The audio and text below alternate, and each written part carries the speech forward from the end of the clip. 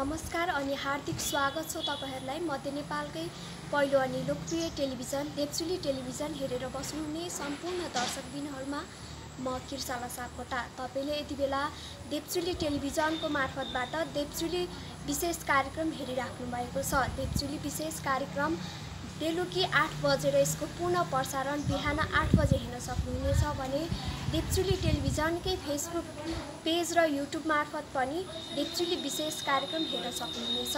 आज हामीसँग हुनुहुन्छ शिक्षा शाखाका प्रमुख रामप्रसाद सर। उहाँसँग रहेर हामीले देवचुली विशेष कार्यक्रममा अब देवचुली नगरपालिकामा भएका विद्यालयहरू पुनः कहिले सञ्चालन हुन्छ त, वैकल्पिक शिक्षाबाट पढाइ सञ्चालन गरिरहँदाखेरि विद्यार्थीहरूलाई के कस्तो प्रभाव पार्छ र के कस्तो प्रभाव परिरहेको छ भन्ने विषय अन्तर्गत रहेर आज हामी देवचुली विशेष कार्यक्रममा जुटिरहेका छौँ।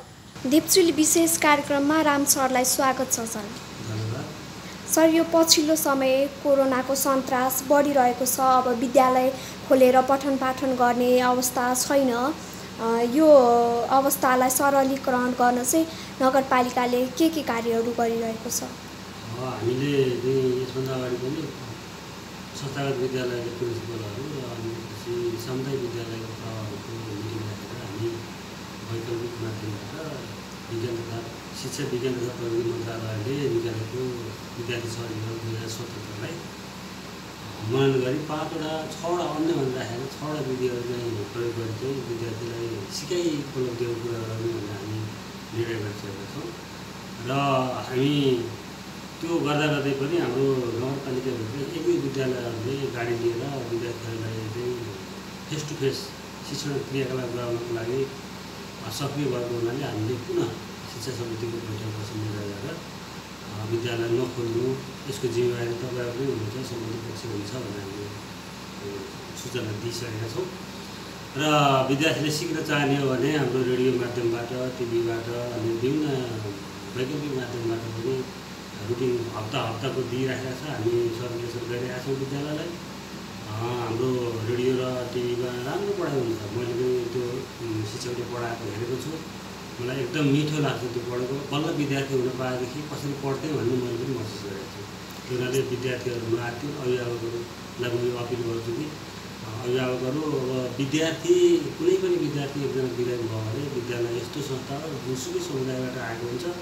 एउटा विद्यार्थीलाई हुने बित्तिकै सबै विद्यार्थीलाई चाहिँ कोरोनाको सङ्क्रमण हुन्छ र इभन शिक्षकहरूलाई पनि सङ्क्रमण हुने सम्भावना देखिएको हुनाले यो अवस्थामा हामी विद्यालय चाहिँ नखोलाउँ।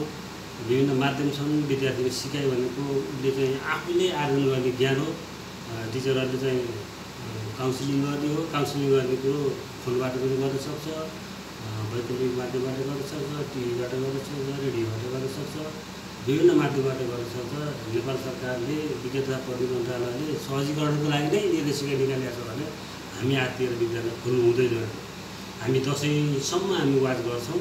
त्यसपछिको अवस्था मूल्याङ्कन गरेर खोल्न मिल्यो भने हामी त्यसपछि त्यसका विकल्पहरू एउटा क्लास खोलेर हुन्छ कि दुईवटा क्लास खोलेर हुन्छ कि रोल नम्बर जोड बिजोड गरेर हुन्छ कि त्यो अनुसार हामी अवस्थालाई संयम गरेर बुझेर मात्रै विद्यालय खोल्नको लागि हामी निर्देशन गर्छौँ। सर यो हाल मात्रै यहाँहरूले नगरभित्रका सम्पूर्ण विद्यालयहरू तत्काल सञ्चालन नगर्ने भनेर निर्देशन गर्नुभएको छ। यो यसो हो भने विद्यालय अब कहिलेदेखि सञ्चालन हुन्छ होला? पहिलेकोदेखि नै अब विद्यालयहरू पहिलेको जसरी नै विद्यार्थीहरूले पठन पाठनलाई निरन्तरता दिन सक्छन् होला त? हामीलाई दुःख लागेको छ। विद्यार्थीहरूले सहज रूपले आफ्नो विद्यालयमा आएर आफ्नो बस्ने बेन्च कुर्सी आफ्नो ठाउँ बनाएको हुन्छ। विद्यार्थी त्यहाँ बसेर पढ्न पाउनु भन्ने हाम्रो धारणा हो। तर पनि अहिलेको अवस्था हेर्दा देवचुली नगरपालिकामा हिजो मात्रै 33जनालाई कोरोना भएको छ। यही नगरपालिकामा हिजोको रेडियो सुन्नु होला। हाम्रो नगरपालिकाभित्र पनि हाम्रो कर्मचारीहरूलाई, स्वास्थ्यको कर्मचारी र प्राविधिक कर्मचारीहरूलाई चाहिँ कोरोना भएको छ। र यो चाहिँ के हुन्छ भने विद्यार्थी विभिन्न समुदायबाट, विभिन्न वडाबाट, विभिन्न गाउँठाउँबाट आएको हुन्छ। एउटै स्कुलमा रहन सहन संस्कृति फरक गरेर विद्यार्थी आएको हुन्छ। एउटा विद्यार्थी लाग्यो भने उनीहरूको साथीभाइ हुन्छ। उनीहरूलाई हामीले जति भने पनि उनको त्यो एजले गर्दाखेरि उनको हेबिचुअल हो। साथीसँग अँगालो मारेर हिँड्ने, साथीसँग सँगै खाने, साथीसँग कुराकानी गर्ने त्यो टिनेजर्स हो विद्यार्थी हुन्छ त्यहाँ। त्यसले गर्दा नि हामीले जति गर्न पनि लाग्दैन र विद्यार्थी बिरामी भयो भने हाम्रो विद्यार्थी सम्पत्ति हो, विद्यालयको सम्पत्ति हो। आज बिरामी भयो भने विद्यार्थीले सबै विद्यार्थीले बिरामी गराउँछ। त्यसले गर्दा हामीले रोकेको हो। विद्यालयमा पठन पाठन नगर्नु भनेर त्यस्तो ठाडो आदेश होइन।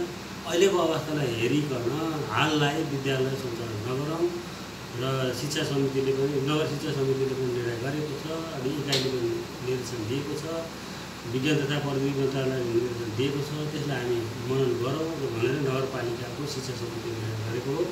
हामी दसैँपछि पहिला माध्यमिक तह 11-12 अनि त्यसपछि 9-10 अनि त्यसपछि 8 हेर्दै अवस्था हेरिकन हाम्रो यो कोरोना कम हुँदै गएपछि त्यो अनुसारको वातावरण बनाएर विद्यालय हामी खोल्न सहजीकरण गर्छौँ।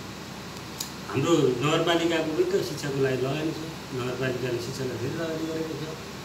त्यसले गर्दाखेरि विद्यार्थीको पठन पाठन भएन भने हामीलाई पनि चासो छ, हाम्रो पनि शैक्षिक क्षति भयो भने हामीलाई चासो छ। त्यसले गर्दाखेरि विद्यार्थीको अभिभावकले बुझ्यो, विद्यार्थीले बुझ्नु पऱ्यो। सबैभन्दा ठुलो कुरो अभिभावक भन्दा नि विद्यार्थीको पढाउने जुन शिक्षक हुनुहुन्छ उहाँले बुझिदिनु पऱ्यो। त्यसले गर्दा गोप्य रूपले विद्यार्थी बोलाएर पठन पाठन गर्ने हो भने भोलिको दिनमा कुनै विद्यार्थीलाई कोरोना लाग्यो भने त्यसको असर पऱ्यो भने त्यो शिक्षक नै के हुन्छ, जवाबदेही हुन्छ। हामीले त्यो सूचना पनि दिएका छौँ। अस्तिको 17 गतेको मितिमा हामी सूचना दिएका छौँ। त्यसले गर्दा शिक्षक पनि अवेरनेस हुनुपर्ने आवश्यकता छ। शिक्षकको पनि विद्यार्थी हो, नगरपालिकाको विद्यार्थी हो, विद्यार्थी सबैको सम्पत्ति हो। सर, अब यो वैकल्पिक माध्यमबाट अहिले नगरभित्र रहेका विद्यालयहरूले वैकल्पिक माध्यमबाट कक्षा सञ्चालन गर्ने भनिएको छ कि यो अनलाइन क्लासबाट क्लासहरू लिगिरहँदाखेरि अनलाइन क्लास के प्रभावकारी होला त? विद्यार्थीले विद्यालयमै आएर पढेको जस्तो त पक्कै पनि हुँदैन। हाम्रो चाहिँ यो बानी परेको छैन कि हामी फेस टु फेस पढिराखेको। अहिलेको संस्कारसम्म हामीलेसम्म पढेर चाहिँ अनलाइन पढिएन र अहिलेको विद्यार्थीले अनलाइन नपढेको हुनाले बानी नपरेको हो। तर के हुन्छ भने विद्यार्थीलाई कुनै प्रोजेक्ट दिनु, त्यसलाई चाहिँ अभ्यास गराउनु हुने हामीले सिकाउन खोजेको कुरो विद्यार्थी भन्दा नि शिक्षकले बुझ्नु पऱ्यो। शिक्षकले मैले यो कुरो सिकाउन खोजेको भने विद्यार्थीलाई यो कुरो दिन खोजेको भने शिक्षकले बुझोस्। त्यो अनुसारको एक्टिभिटीहरू दियो भने विद्यार्थीले एक हप्तामा चाहिँ आफूले सिक्ने, उसले जानेको एक्टिभिटी गरेर लिएर आउँछ। त्यसलाई चाहिँ काउन्सिलिङ गर्ने काम टिचरको हो र प्रभावकारी त हामीले बनाउने हो। अवस्था अनुसार यो अहिले त विपद व्यवस्थापन, विपदको अवस्थामा कसरी शिक्षा त्यसलाई चाहिँ व्यवस्थापन गर्न जाने हामी। आजका दिन जस्तो आएको थियो, भोलि बाढी पहिरो होला, विपद आउला, त्यो अवस्थामा पनि हामीले शिक्षालाई व्यवस्थापन गर्नुपर्ने हुन्छ। भोलि अहिलेको महामारी जस्तो भोलिका दिनहरू महामारी आउन सक्छ। त्यो अवस्थामा पनि हामी शिक्षालाई चाहिँ व्यवस्थापन गर्दै लाग्ने हो। हाम्रो विद्यार्थी चाहिँ सिक्नको लागि चाहिँ जति उत्सुक हुन्छ त्यति नै सिकाइ हुने हो। फेस टु फेस सिकाइ भए पनि विद्यार्थी कक्षामा आएर सिक्न चाहँदैन भने जति नै पढाए पनि विद्यार्थीले सिक्न सक्दैन। यदि सिक्न चाहन्छ भने अहिलेको अवस्थामा वैकल्पिक माध्यमबाट पनि सिक्न सक्छ। सर, अब अनलाइनबाट त क्लासहरू हुने भनिएको छ। सबै विद्यार्थीको हातमा मोबाइल र इन्टरनेटको पहुँच त पक्कै पनि छैन। यसको बारेमा चाहिँ हजुरहरूले कति विद्यार्थीको हातमा? हामीसँग 5वटा माध्यमहरू छन्, अनलाइन मात्रै भनेको छैन। केही पनि सुविधा नहुने, वैकल्पिक माध्यमै नहुने, तिनीहरूलाई प्रोजेक्ट हुन्छ। टिचरले चाहिँ सिकाउनु पर्ने सिकाइ उपलब्धि अनुसारको एक्टिभिटी बनाउँछ, त्यो अनुसारको विद्यार्थीलाई दिन्छ। विद्यार्थीले एक्टिभिटी गरेर लिएर आउँछ। अनि विद्यार्थीलाई 5 जनाभन्दा बढी राख्न मिल्दैन। 5 जनाको समूह शिक्षकले हेर्छ र त्यसपछि उसले सजेसन दिन्छ। सजेसन दिइसकेपछि पुनः अभ्यास गर्नुपर्ने कुरा विद्यार्थीले गर्छ, ल्याउँछ। तर हामीले अनलाइनबाटै मात्रै भने होइन, हामी 5वटा वैकल्पिक माध्यमहरू छन् विद्यार्थी सहजीकरणका। रेडियो नभएको, टिभी अनलाइन नभएको, अनि फेस टु फेस अवस्था नभएको र त्यस अवस्थामा चाहिँ कसरी दिने भन्ने कुरा प्रोजेक्टहरूको माध्यमबाट दिने, त्यसमा चाहिँ विद्यार्थी सहभागी हुन्छ। सर, हजुरले भन्नुभयो 5 वैकल्पिक तरिकाबाट पढाउने चाहिँ 5 तरिकाहरू छन् भन्नुभयो। सबै तरिकाहरूबाट अपनाउँदै पनि केही विद्यार्थीहरू त छुटिरहेका छन्। यिनीहरूलाई चाहिँ कसरी अब हामीले समेट्न सक्छौँ र शिक्षालाई कसरी अगाडि बढाउन सक्छौँ होला? अभिभावकलाई सूचना गरेका छौँ, विद्यार्थी अभिलेखन गर्नुहोस्, यो 8 मिनेटदेखि 12 बजीसम्म हामीले सूचना राखेका छौँ। र अभिभावक पनि चासो हुनुपर्छ, आफ्नो विद्यार्थी आफ्नो बालबालिकाले कुन स्कुलमा पढ्नु हो, घरमा गर्ने अवस्था आएको छ, त्यो कुराहरू दिनुपर्छ। अभिभावकले चासै दिन्न भने हामीले के भन्नु, 12 गतिसम्म अभिलेख गर्न हाम्रो यो नगरपालिका भइसक्यो। अब चाहिँ अभिलेख गर्नु बन्द अभिलेखहरू भने भर्ना हुँदै लाग्यो। त्यस अवस्थामा हाम्रो भर्ना गर्ने अवस्थामा हाम्रो टिचरहरूले चाहिँ केही सरकारले सूचनाहरू दिनुभएको छ। अब विद्यार्थीले पढ्नै चाहनियो भने त हुन त अब हाम्रो पढ्दै नपढेका विद्यार्थीले पनि अब तपाईँले सुन्नु अब गाङमा चाहिँ हेलिकप्टर बनाएको छ, यो चितवनमा पनि अब हेलिकप्टर बनाएको छ, पढ्दै नपढेको चेपाङको विद्यार्थीले बनाएको छ। बुद्धि र सिकाइ अरूवा भनेको त आफै आउने हो, सिर्जना गर्ने हो। विद्यार्थीले आफूले सिर्जना गर्ने कुरो हो, आफूले चासो लिने कुरो हो। त्यसमा पनि शिक्षकले प्रत्येक दिन बोलाएर रटाएर मात्रै पढाइ हुँदैन। सिक्ने कुरा हामीले सिक्ने हो, ज्ञान सिक्ने हो, अभिवृद्धि सिक्ने हो। पढाइका त तीन कुराहरू मात्रै सिक्ने हाम्रो त। हाम्रो किताबभित्रको चाहिँ सबै कुरा त हुबहु हामीले सिकाउँछ है। त्यहाँ भन्न खोजेको कुरो के हो, हामीले त्यो लिइसकेपछि हामीले दिन खोजेको कुरो के हो त्यो कुरो बोल्नु पर्यो विद्यार्थीले र शिक्षकले पनि बोल्नु पर्यो। सबैभन्दा पहिला शिक्षकले पाठ्यक्रम चाहिँ पढ्नु पर्यो। पाठ्यक्रम पढिसकेपछि विद्यार्थीले मैले यो कुरा दिन्छु भने विद्यार्थी लिन सक्छ। शिक्षकले पाठ्यक्रम अध्ययन गर्दैन, ऊ अन्यलमा छ भने कुनै कुरा पनि फेस टु फेस सिकाएको पनि त्यो चाहिँ सम्भव हुँदैन। सर, यो अब अभिलेखीकरण पहिला थियो, अब अहिलेदेखि अब के अरे अभिलेखीकरण तथा भर्ना भनेर अब शुल्क पनि नतिर्नु, विद्यालयमा पठन पाठन पनि नगराउनु भनेर अब अस्ति भर्खर सूचना आएको छ। यो विषयमा चाहिँ अब के गर्ने त, अभिभावक र विद्यार्थीले के गरेर अब गर्ने त यसलाई? हाम्रो दुई किसिमका विद्यालय छन्, एउटा संस्थागत विद्यालय, अर्को चाहिँ सामुदायिक विद्यालयहरू छन्। संस्थागत विद्यालयहरूमा चाहिँ त्यही भर्नाकै माध्यमबाट चाहिँ शुल्क उठाउने र अनि शिक्षकहरूलाई तलब दिने प्रचलन छ। तापनि अहिलेको अवस्थामा हाम्रो शैक्षिक सत्र वैशाखमा हो, तर यो शैक्षिक सत्र वैशाखमा पनि 6 महिना बितिसकेको छ। 6 महिना बितिसकेको अवस्थामा विद्यार्थीले खेलकुद भर्नाको नाममा खेलकुद शुल्क, पाठ्यपुस्तक शुल्क, अनि त्यसपछि विविध कम्प्युटर शुल्क, विविध शुल्कहरू लिने चलन चाहिँ संस्थागत विद्यालयमा ती शुल्कहरू नलिनु भनेर र उनीहरूले मासिक पढाइ शुल्क संस्थागत विद्यालय लिनै पर्छ, किनकि शिक्षकहरू छन्, पढाउनु पर्छ। यदि चाहिँ विद्यार्थीको अभिभावकले शुल्क बढी हुन्छ नसक्ने भने हाम्रो सामुदायिक विद्यालय सहजै सामुदायिक विद्यालयमा ल्याऊ हामी राखेका छौँ। हामी सामुदायिक विद्यालयमा भर्ना गरिदिए हुन्छ, महँगो फी किन तिर्नु पर्यो, आवश्यकै छैन। होइन भने अब विद्यालयको टिचरहरू छन् त्यहाँ पनि संस्थागतमा, तिनीहरूलाई त हामीले खाना बस्नको लागि न्यूनतम तलब त दिनुपर्छ त्यो स्कुलले। त्यो हुनाले त्यसको लागि मात्रै मासिक शुल्क हो। मनोरञ्जन शुल्क, पुस्तकालय शुल्क अनि खेलकुद शुल्क यी चाहिँ अहिले नलिनु। सर, यो शैक्षिक सत्रको नियमित रूपमा कोष सक्न नसक्ने अवस्था छ। यस अवस्थालाई चाहिँ कसरी अगाडि बढाउँदा ठिक होला त? हामी चाहिँ फेस टु फेस चाहिँ क्लास चल्न पायो भने अहिलेसम्म गरेका पहिलो त्रैमासिक परीक्षा हाम्रो भइसक्यो, यो प्रोजेक्टहरूबाटै भयो। अहिले दोस्रोको लागि हामीले प्रोजेक्टहरूको लागि हामी नगरपालिकाले सहयोग गरेका छ। 2 लाख रुपियाँ दिने शिक्षकलाई के अरे त्यो प्याकेज बनाउने, विद्यार्थीको घर लाने, त्यसको लागि नगरपालिकाले सहयोग दिएको हामी निर्णय गरेका छौँ टिचरहरूलाई। त्यो अवस्थामा अहिलेको अवस्थामा चाहिँ उनीहरूले त्यही प्रोजेक्टहरू गराउँछन् भने हामी 6 महिना अथवा 3 महिना मात्रै शिक्षकको चाहिँ फेस टु फेस क्लास चलाउन पाउने भने पहिला पढेका कुराहरूलाई पुनरावृत्ति गर्दै लगेर विद्यार्थीलाई त्यो शिक्षकहरूले बिहान र बेलुका गरेर पनि ओभर टाइम लिएर पनि त्यसलाई फिल गर्न सक्छ। हामी त्यसमा कन्फिडेन्स छौँ। अब कुरा गरौँ निजी विद्यालयहरूको। हाल मात्रै पारिश्रमिक विषयमा इन्स्टु अनि ट्याप्सन अनि एनट्याप्सन बिच भएको सहमतिमा चाहिँ बन्दाबन्दीको समयको पारिश्रमिक 25% दिने अनि श्रावण 25 गतेदेखि अनिवार्य उपलब्ध गराउने भन्ने थियो, जुन अहिलेसम्म लागू भएको छैन। शिक्षकहरूको गुनासो छ यो सम्बन्धी, अब स्यालेरी पाइएको छैन, यो छैन भन्ने शिक्षकहरूको पनि हामीसँग डेलिगेसन आएको थियो। हामीले तिनका मागहरूको लागि मैले पत्र बुझेँ, मैले नगर शिक्षा समितिमा पनि गरिराखेको छु। तर एउटा कुरो के हुन्छ भने प्याप्सनको टिचर्सहरू चाहिँ नियुक्ति गर्दाखेरि उनीहरूको सेवा सुविधा सम्बन्धी पहिले करार सम्झौता हुनुपर्छ। कुनै पनि काम गर्दा करार सम्झौता नभएसम्म हामी बोल्ने ठाउँ हुँदैन। यो कानुनी प्रक्रिया हो।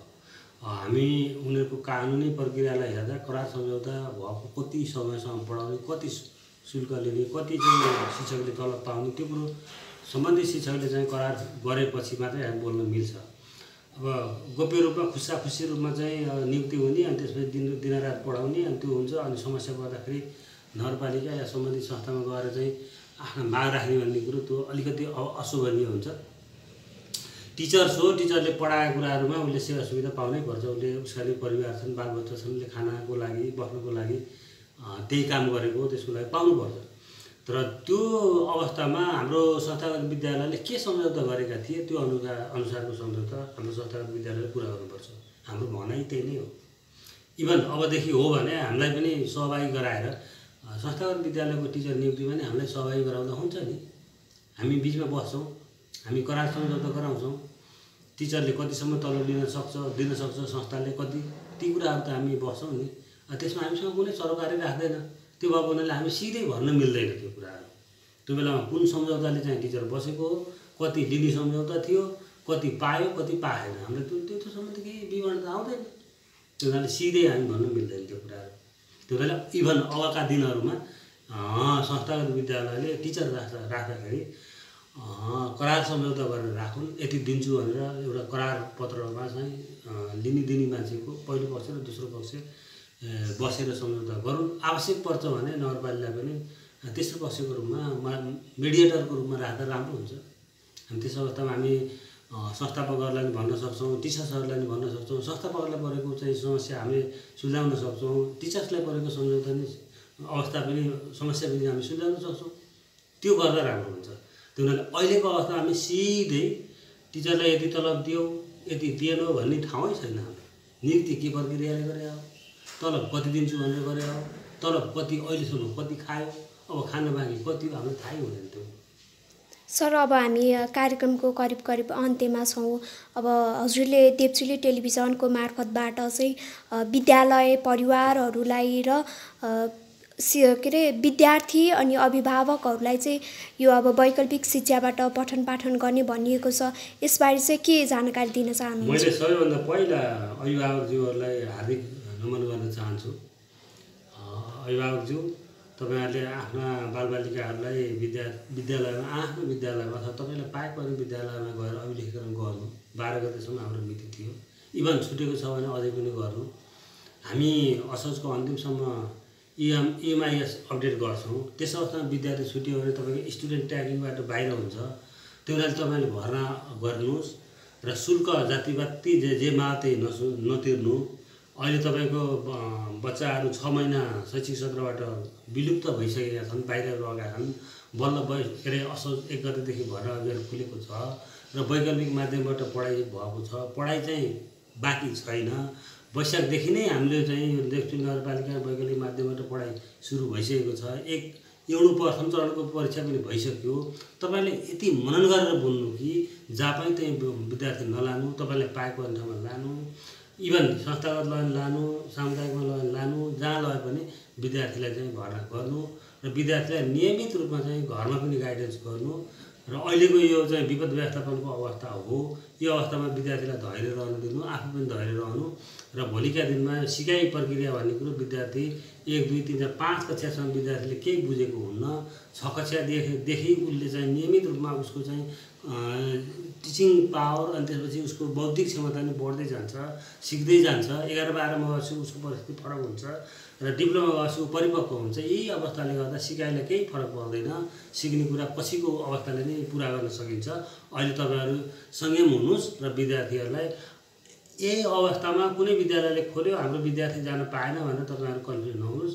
एउटा विद्यार्थी बिरामी भयो भने तपाईँको घरको बच्चा हो भने विद्यालयमा आएका तपाईँका सबै बच्चा हुन् र हाम्रा सबै विद्यार्थी हुन्। त्यो तरिकाले सोचौँ र दसैँ पछिको अवस्थामा हामी यो कोभिड-19 चाहिँ अलिकति न्यून भएपछि त्यो खोल्ने प्रक्रियालाई पनि बिस्तारै 1 क्लास 9 अथवा 10 अनि त्यसलाई चाहिँ वैकल्पिक माध्यमबाट मिलाएर हामी खोल्ने निर्देशन गर्छौँ। र अहिले चाहिँ विद्यार्थी स्कुल जान पाएन, पढाइ बिग्रियो भनेर तपाईँले चिन्ता नगर्नु। विद्यार्थी स्वास्थ्य हुन्छ भने सिक्नको लागि जहिले नै उपयोगी हुन्छ, सिकाइ उसले पुरा गर्छ।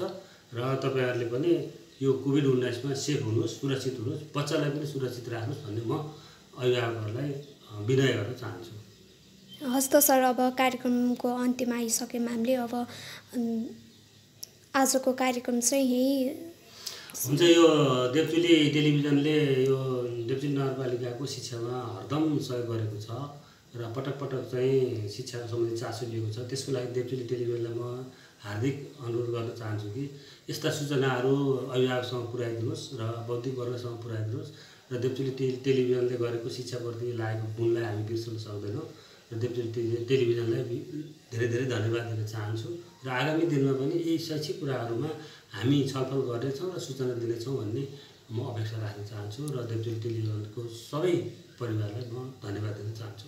तपाईँले भर्खरै हेरिसक्नुभयो देवचुली विशेष कार्यक्रम। तपाईँलाई आजको देवचुली विशेष कार्यक्रम कस्तो लाग्यो त? राम सरसँग रहेको देवचुली विशेष कार्यक्रममा तपाईँले के कस्ता सुझावहरू लिनुभयो र अब वैकल्पिक शिक्षाबाट पढाइ सञ्चालन गरिरहँदा पनि अझै के कस्ता सतर्कता अपनाउँदै हामीले पढाइलाई अगाडि बढाउन सकिन्छ भन्ने कुरामा तपाईँहरूले आफ्नो मत जानकारी दिन सक्नुहुनेछ। देवचुली टेलिभिजनको फेसबुक पेज र युट्युब मार्फत पनि तपाईँहरूले कमेन्ट गर्न सक्नुहुनेछ। आजको लागि भने देवचुली विशेष कार्यक्रमबाट म किर्साला सापकोटा बिदा माग्छु। नमस्ते।